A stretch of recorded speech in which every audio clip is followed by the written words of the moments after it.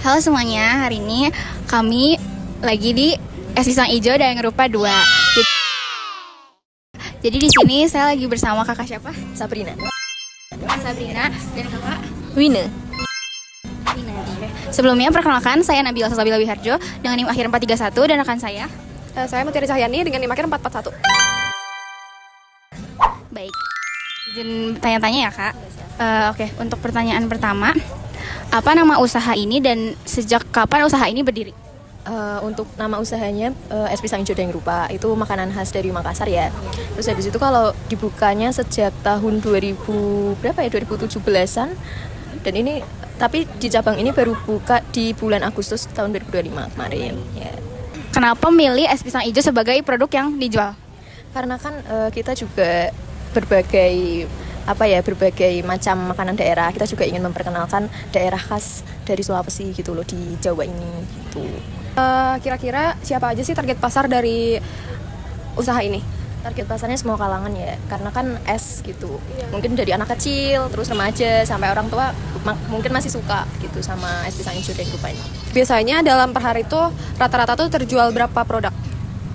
Kalau di sini masih sekitar 30-an, 30 cup gitu. Karena masih Modal usaha untuk membangun ini tuh awalnya berapa sih kak? kalau modal awalnya itu sekitar 9 sampai 10 jutaan ya. Untuk di awal, terus selanjutnya kan mengikuti dari keuntungannya, terus dibagi-bagi gitu. Modal tersebut itu berasal dari mana? Dari pribadi, kerjasama, atau yang lainnya, atau dari mana? Masih dari pribadi. Ya. Tuh awal-awal mulai itu tadi kan kakak mention ada sempat cabangnya itu ya. Nah kira-kira itu cabangnya itu ada di mana kak? Di Kalibanteng, Semarang Barat. Sebelumnya kakak tuh biasanya beli bahan baku itu per bulan atau per minggu atau kayak gimana? Biasanya per minggu sih, karena habis banget. Habisnya cepet banget ya. Terus kira-kira dalam per minggu itu kira-kira kakak habis berapa buat beli bahan baku? Biasanya kalau buat mingguan itu 500 ke atas. Apakah ada biaya lain kayak misalnya biaya listrik atau transportasi atau misalnya gaji karyawan? Ada sih, kalau biaya listrik itu di Pujasera ini kan kebetulan sewa ya, jadinya 80.000 itu buat listriknya, terus buat sewa lahannya itu 1.600.000 gitu. Berapa harga penjualan untuk satu produk es pisang hijau? Untuk satu produk sih macam-macam, karena kan kita banyak varian. Yang paling murah itu yang ori, harganya 12.000. Biasanya penjualannya itu omsetnya tuh per hari sama di hari biasa sama di weekend itu beda atau sama kak? Berbeda, mesti lebih banyak yang di yang di weekday malahnya. Kalau weekend sini lumayan sepi kalau di daerah sini ya. Karena mahasiswa ya yang biasanya pulang kuliah gitu. Nah, orang-orang kerja juga kan weekday, kalau weekend tuh malah cenderung sepi. Biasanya tuh setelah dikurangin sama biaya produksi, itu kira-kira tuh keuntungannya berapa yang diperoleh?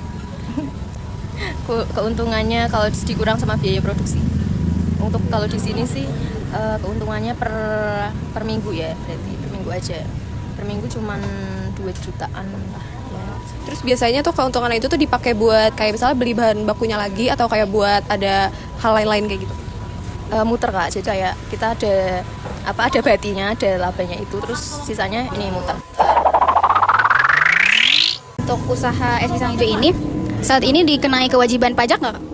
Belum, untuk saat ini belum ya. Berarti omset usahanya itu masih di bawah batas yang dikenai pajak UMKM? Iya, sepertinya. Kakak udah punya NPWP belum atau meskipun usahanya belum dikenai pajak? Kalau NPWP usaha belum. Tapi untuk kakak sendiri sudah ada? Sudah ada. Baik, terima kasih untuk Kak Sabrina atas kesempatannya dan udah mau diwawancara sama kita. Oke, mungkin segitu dulu dari kelompok kami. Wassalamualaikum warahmatullahi wabarakatuh.